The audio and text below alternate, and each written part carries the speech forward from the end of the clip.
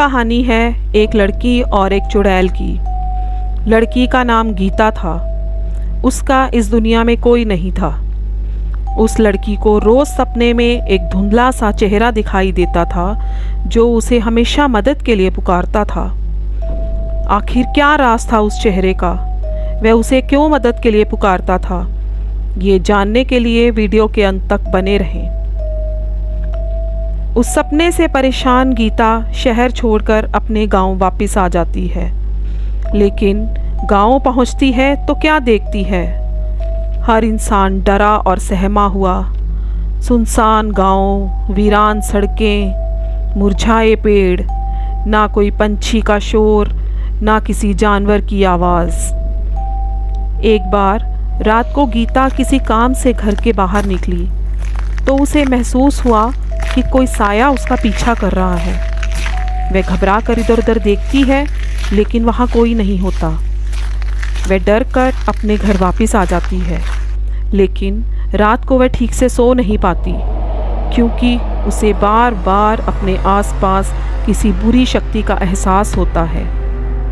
सुबह जब गांव वालों को ये सब बताती है तो गांव के एक आदमी से ही उसे पता चलता है कि उस गांव पर एक चुड़ैल का साया है जो इंसानों की जवानी खाकर और उनका खून पीकर अपनी शक्तियां बढ़ाती है।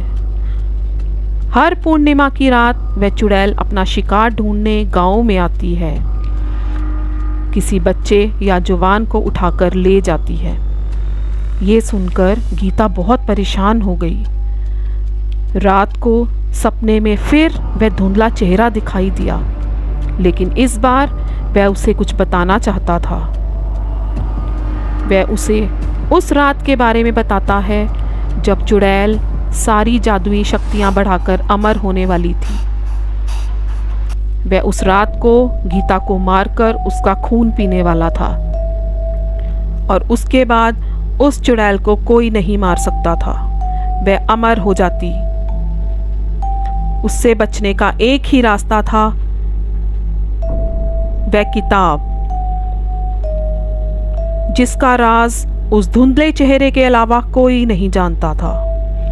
वह किताब गीता के घर की एक अलमारी के पीछे एक बक्से में थी। उस किताब में कुछ ऐसे मंत्र थे जिनसे चुड़ैल को मौत के घाट उतारा जा सकता था।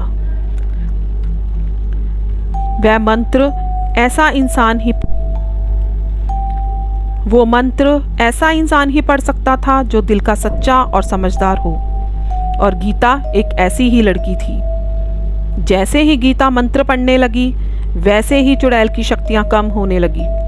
वह तड़पने लगी और धीरे धीरे गीता की तरफ बढ़ने लगी। वह जैसे जैसे गीता की तरफ बढ़ रही थी वह तड़पती जा रही थी, लेकिन फिर भी वह गीता की तरफ बढ़ती जा रही थी। गीता बिना डरे मंत्र को जोर जोर से पढ़ने लगी। जितनी जोर से गीता मंत्र पढ़ती चुड़ैल की शक्तियां कम होती गईं और धीरे धीरे उसके प्राण उड़ गए। चुड़ैल के मरते ही गांव में फिर से हरियाली छा गई। गांव वासियों के चेहरे खुशी से खिल उठे। वे सब खुशी से नाचने लगे। तभी अचानक एक लड़का गीता की तरफ भागता हुआ आया, जिसे देखकर वो हैरान हो गई। वो लड़का और कोई नहीं, उसके सपने में आने वाला वह चेहरा ही था।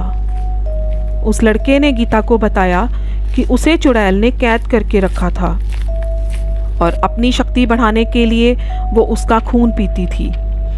लेकिन ये बात कोई नहीं जानता था, इसलिए वह हमेशा गीता को मदद के लिए पुकारता था और यही सपना गीता को बार बार आता था।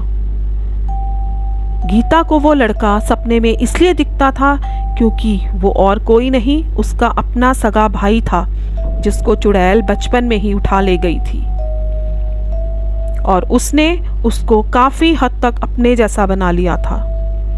और अब अगला शिकार गीता थी।